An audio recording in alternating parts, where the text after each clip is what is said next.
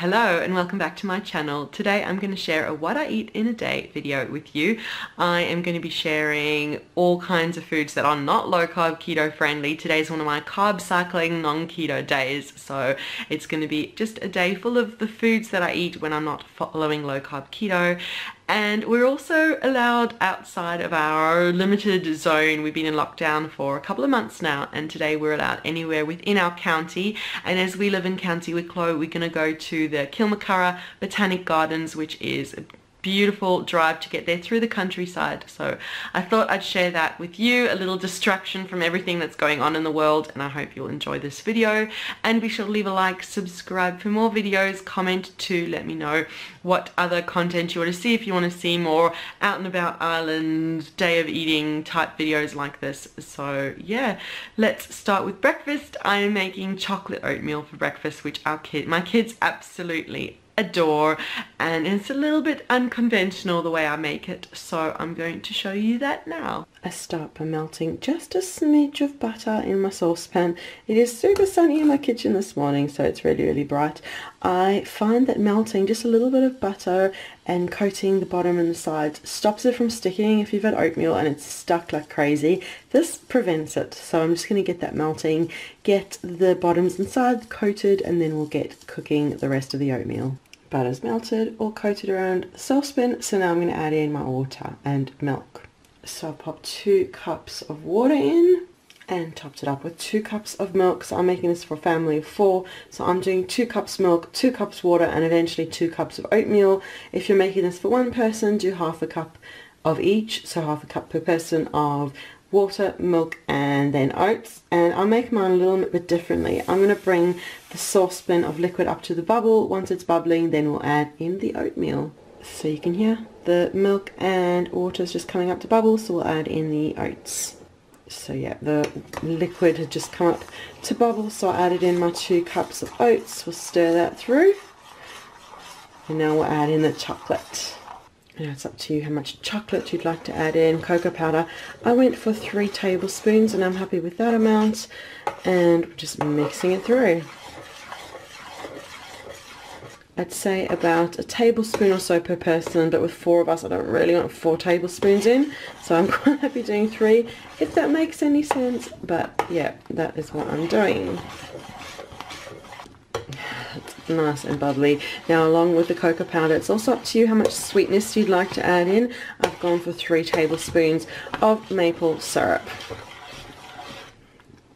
And now I'm just going to keep stirring, keep a close eye on the oatmeal until it's creamy and done to our liking. Sorry, it's difficult to see because it's just so bright here, but it's almost done. It's nice and creamy. If you think it needs more milk or water along the way, you can add that too, but it's almost done, and then I'll take it off the heat. And there you go, the oatmeal is done. It's beautiful and thickened and creamy, and just makes a lovely breakfast. And now for toppings, everyone in the family likes something a little bit different. My kids and my husband love my chia jam, my strawberry chia jam, so they top theirs with that. I top mine with a bit of chopped banana, and yeah, they also sometimes like a little square of chocolate mixed through, depending on what the day is and how we're feeling, what the rest of the day is going to look like. But since we're going out and having banana bread, we won't be doing the extra chocolate today. So yeah, I like my chocolate oatmeal topped with banana, just a couple of slices all around. I'll mix it through, and it's just a lovely chocolate banana sweet treat for breakfast. Totally indulgent and not too often had, but really good. So that is my breakfast for today. We're gonna have breakfast, do our homeschooling, and then we're gonna hop in the car and I will show you the beautiful Irish countryside next. So we're about to head out. We've done our schooling. I've even snuck in a load of laundry washing, and so I just thought I'd show the snack box that I've made. I made my gluten-free banana bread. I shared the recipe ages ago. People love it on my blog, so I'll leave a link to it down below. It's really easy, gluten-free banana bread. I've cut a piece for each of us. Got some cucumber too, so that'll nourish us while we're out and about. So let's go to the gardens. We made it to the gardens. It's so peaceful here. I love all the little pathways. Know which direction. Oh, they've gone over there.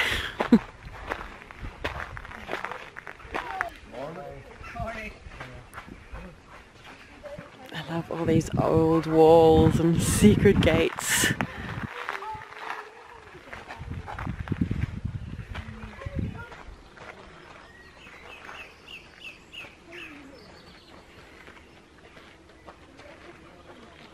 And there's another hidden gate over there. I think there's a little stream through here. We'll make our way through. Find my family.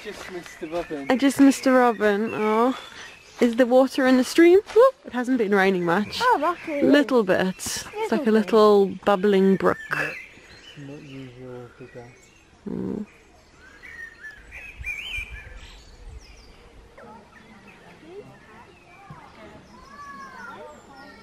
These leaves are enormous.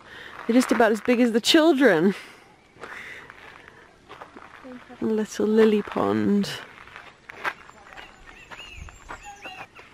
I love the reflective little lake.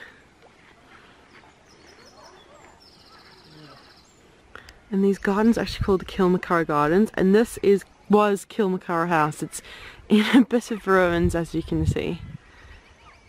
It's always interesting seeing the ravens, crows, blackbirds, whatever they are, flying in and out. It's quite eerie. And this is kind of the end of the walk. The kind of picnic spots there, but it's quite busy, so I think we're gonna have our picnic in the car rather than go too close to people. And there's cows over there in the countryside. Such a beautiful spot.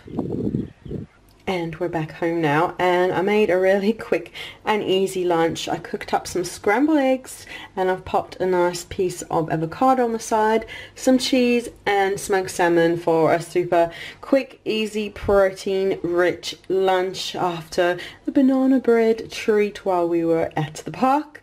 Gardens, botanic gardens, but yeah, so this is my lunch, and I will film again later when I'll make my final meal of the day.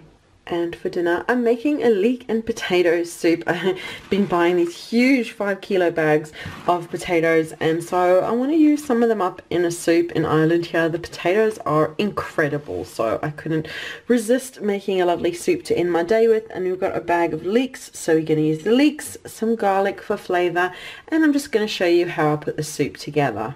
So roughly chop up the leeks. You can use 2 to 3 leeks. I'm using all 3 in that bag of leeks, which I'm chopping up. I've got some coconut oil heating up in my saucepan, and we'll just get these softening. So I've got the leeks and the coconut oil in the saucepan. I'm just getting it softening. I've added also in some chopped garlic, and while it's softening, I'm just going to peel and chop a whole lot of potatoes to add into the leeks. Nice and softened and browning, so I'm going to add in a whole lot of potatoes now, and then add in 3 to 4 chopped potatoes, and we'll just let them brown briefly, and then we're going to pour over water and milk.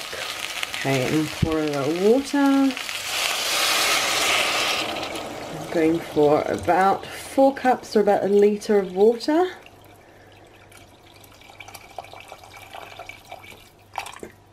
And we'll do some milk too. I'm going to add in 2 cups of milk to make it a lovely and creamy soup. So now I'm just going to keep stirring from time to time and give it about 25 minutes, half an hour to cook. So we'll just bring it up to a boil, up to the simmer, reduce it down, and let it just simmer away gently for, as I said, 25-30 minutes, and then the soup will be ready. You can of course add salt, pepper, or any other seasoning you like to taste too.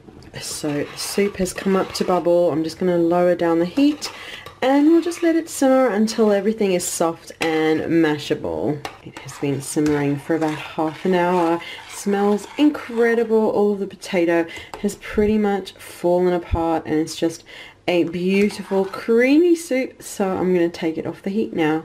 Now you can see the potatoes are all little and like that. They've all kind of broken up, and it is up to you. You can leave it just like this. You can use a stick blender and blend it to a super smooth and creamy soup, or my option is to kind of go for the in-between. I use a potato masher and just go through and mash some of the potatoes so it's a little more smooth but still got some lovely potato bits to it too. And I've just been kind of mashing at it until I'm happy. So I'm just going to leave that there, and then you can pour it out into bowls. So I've served a bowl of the soup out for myself. You can see it's still lovely and creamy. Oh, it's beautiful. You can add in some sour cream. You could mix through some cream. It is up to you. Oh, look at that beautiful leek and potato soup. It just makes such a lovely meal.